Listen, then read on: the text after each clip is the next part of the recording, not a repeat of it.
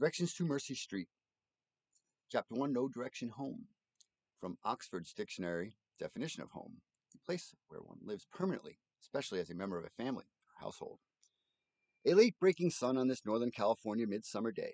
Fog's persistence is no match for the San Francisco North Bay brilliant summer sunshine, breaking through with authority for the final stop around this amazingly beautiful earth. The children of the sun are last but not for the least, as they welcome it the most.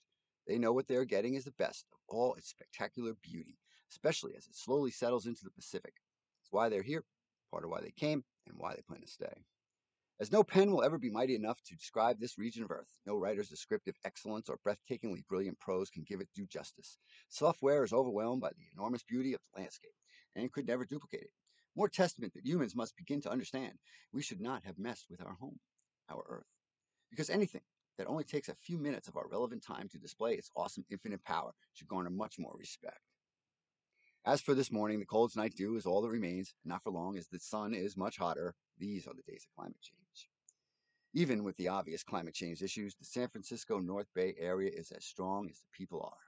There is nothing that could conceal its undisputed beauty, pleasant views in all directions. It has been globally disclosed, revealed to the rest of the world. The population grows, continues to grow around the tasty landscape of the rolling hills of great vineyards, ranches, and mountains where the wealthy reside.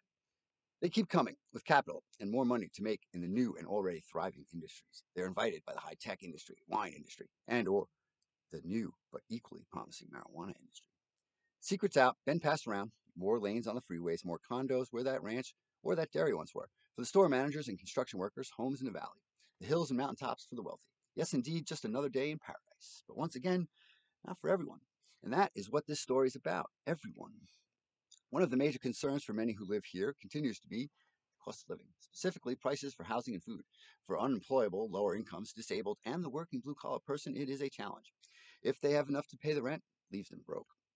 With no direction home, only discussions, debates, and mostly arguments concerning whose backyard does not want poor people anywhere near them. For the poor, it is more directions to the dumpster, and without any mercy, as more brand new luxury townhouses, mansions on the hills, and beautiful homes built in gated communities are constructed.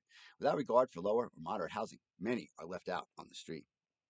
The beauty here is only as deep as any person's skin can be, and that is what this story is about. One people, not just the inhabitants of Santa Rosa, not just Sonoma County, or even just San Francisco's North Bay, but the entire human race.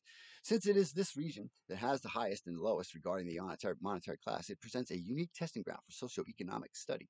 The accounts of instances, moments, and human experiences that take place here are not exclusive to this region. For better understanding experiencing extreme poverty, with the disparity among the highest level of decadence maximizes the challenge of coexisting. It raises a multitude of questions concerning American society and the entire human experience.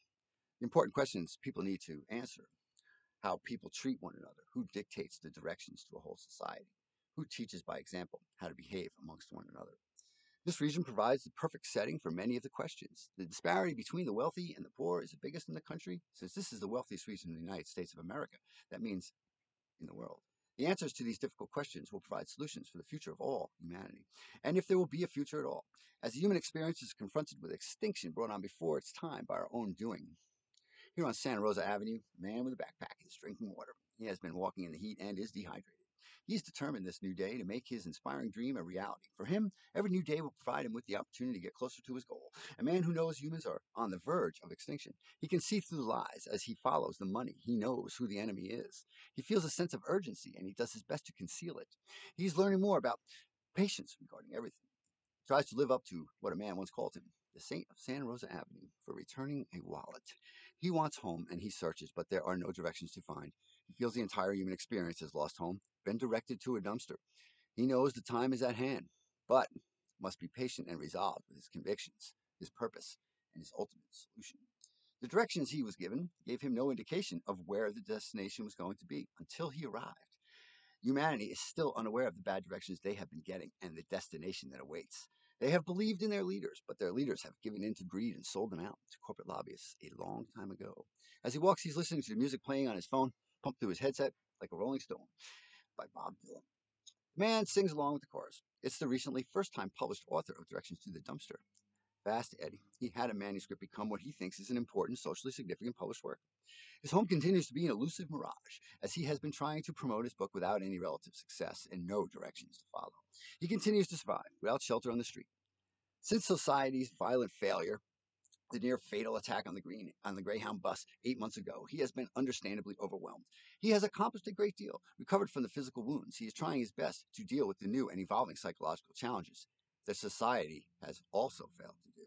He wrote and published a novel. He has a new plan or idea for the solutions he needs to find every day. He never gives up, never backs down, and he walks the talk. Self-admittedly, he is a rolling stone. Although he has not gathered moss, he has accumulated an enormous amount of issues, as he said.